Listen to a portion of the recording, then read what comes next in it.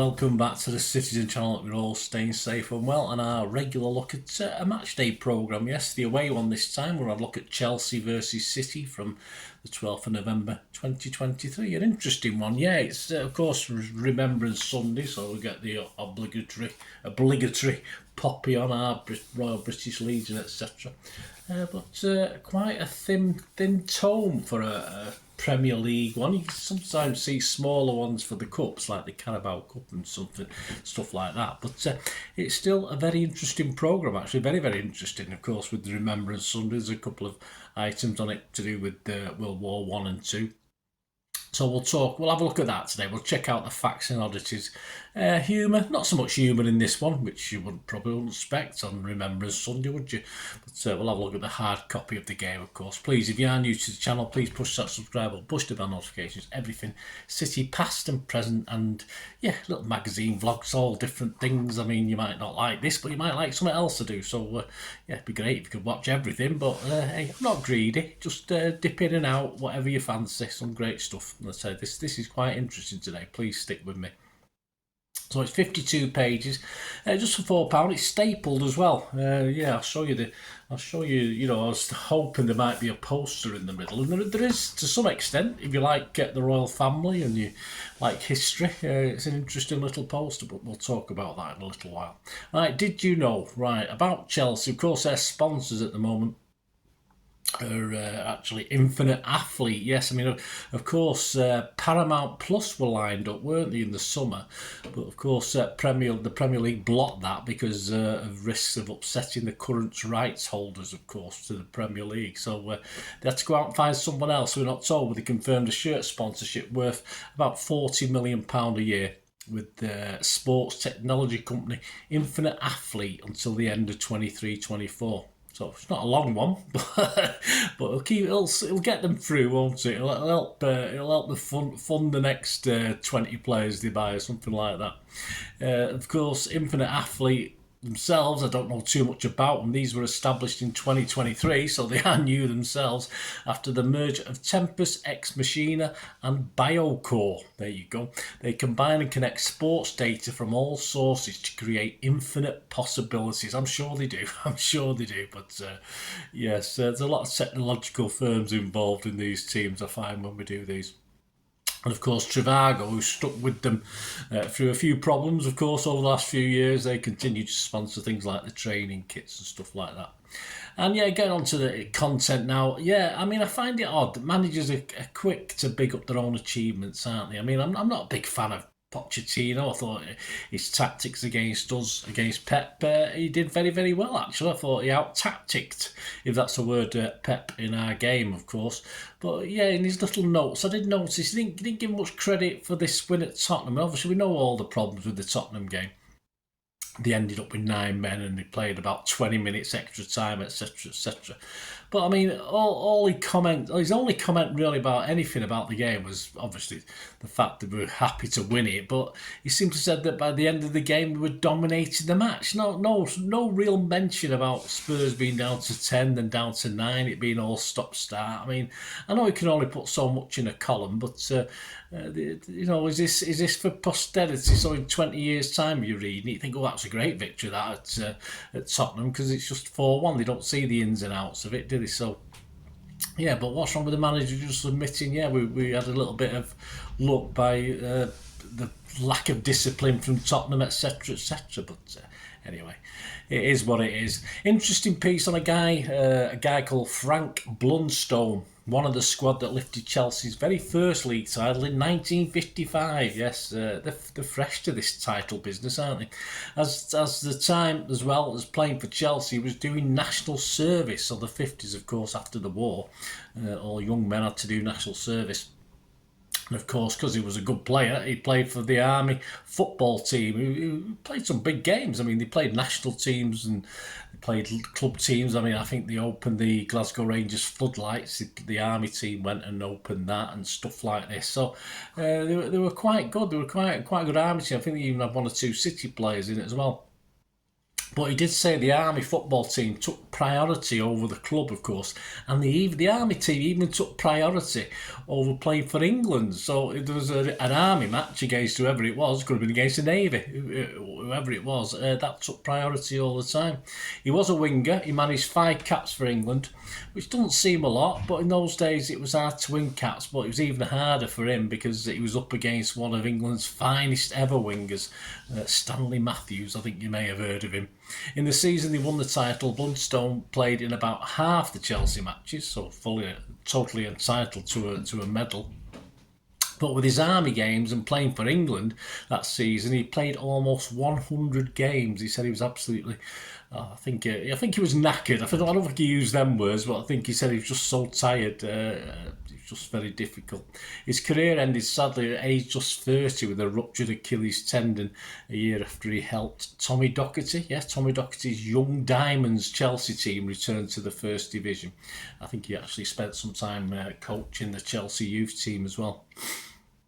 Interesting facts on Chelsea's win at Spurs on the 6th of November. That was their 78th in all competitions against Spurs, which is the most against any opponent. Then come Newcastle with 76 and Everton with 75. And yes, poor old City with 71. So we're up there in the top 4. And a very interesting stat, this, considering the game went on for 111 minutes and 15 seconds against Tottenham, the ball was actually only in play for 47 minutes and 57 seconds.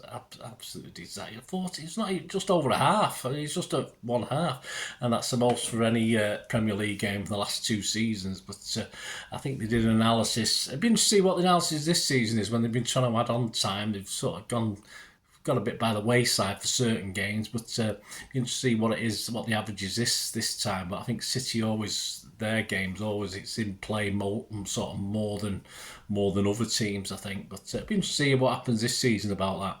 What did we learn about Chelsea and City? Well, there's quite a few bits and pieces in this. Our first meeting was December 1907 at Stamford Bridge. Chelsea came from behind twice in that one in a 2-2 draw, and Bob Pom Whiting. I'll have to find out what the pom-pom's for. Was he a cheerleader? I don't know, but he did have a sad ending, unfortunately. Bob Pom Whiting, Chelsea's keeper that day, and also City's left winger, Jimmy Conlin. Both were killed in World War I that played that day. Some great images there taken from various City-Chelsea games from 1955. No, I wasn't there. I was too young for that one, although I was there for most of the others, till 2023, of course. There's one famous one there with Ron Healy's own goal in the main road, second leg of the European Cup Winners' Cup semi-final in 1971, of course, where they beat us 1-0 at their place, and a depleted City 1-0 at their place, and an even more depleted City 1-0 at Main Road, which wasn't the greatest night, but there you go. Chelsea's first ever appearance on Sky, or Sky BSB as it was then, a whole new ball game, of course, was against City on 20th of September 1992, which ended in a 1-0 home win for Chelsea. Or a 1-0 win for Chelsea, I can't remember if it was at home or away now. The full Members' Cup final, of course, that we all remember in the 80s, a 5-4 Chelsea win, although they were stuffing us. We sort of just clawed it back and made the score respectable. It had its own special star ball, yes, the 2 club crests featured on it.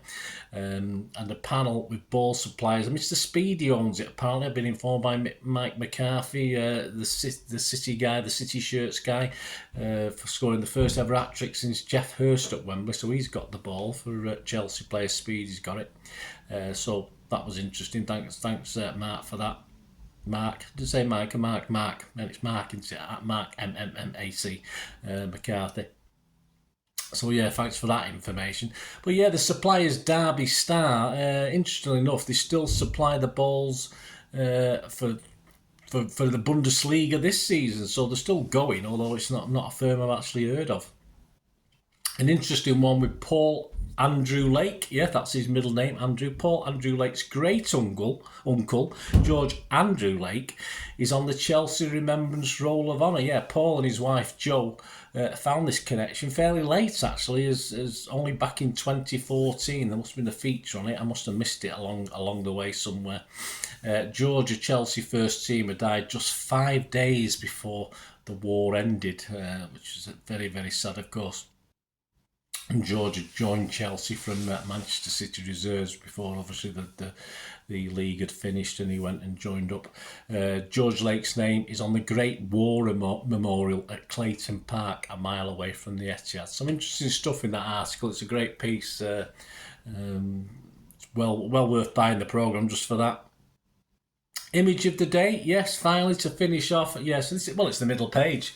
I'll put it up on screen, but yeah, it's a great image. It's a black and white image of King George V at the bridge on the 16th of October 1920. I think it came to our gaff, didn't it? I think it came to Hyde Road as well, didn't it? If I remember rightly.